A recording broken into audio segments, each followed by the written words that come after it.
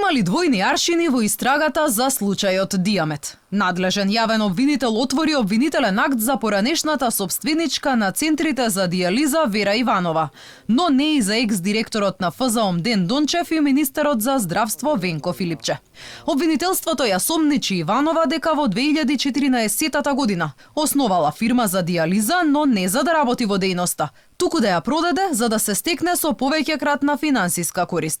Продажбата според обвинителството била незаконска, без претходна согласност од Министерството за здравство како јавен партнер.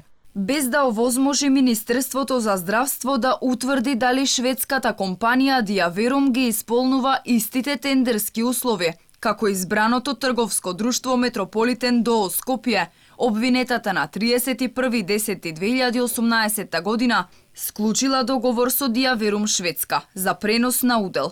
Со ваквите действија обвинетата вредноста од уделот во Метрополитен, кој бил 231.000 денари, го зголемила на 11.560.000 евра, за колку и го продала на новиот правен субјект, а парите ги пуштила во оптек во банки во Македонија и Монако.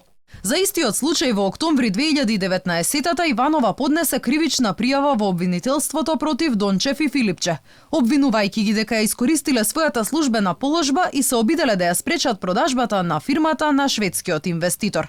Обвинителството отвори предистражна постапка, но оттаму појаснуваат, оти надлежниот обвинител се уште ја чекал документацијата од така наречената меѓународна правна помош, пред да донесе одлука за понатамошниот тек на постапката. Во меѓувреме, и премиерот Зоран Заев и министерот за здравство Венко Филипче признаа дека контактирале со шведската компанија и оти му укажале на странскиот инвеститор дека за овој случај во земјава се води истрага. По случајот со Диамет во јавноста познати како Рекет 2, тогашниот директор на ФЗО Ден Дончев поднесе оставка од функцијата.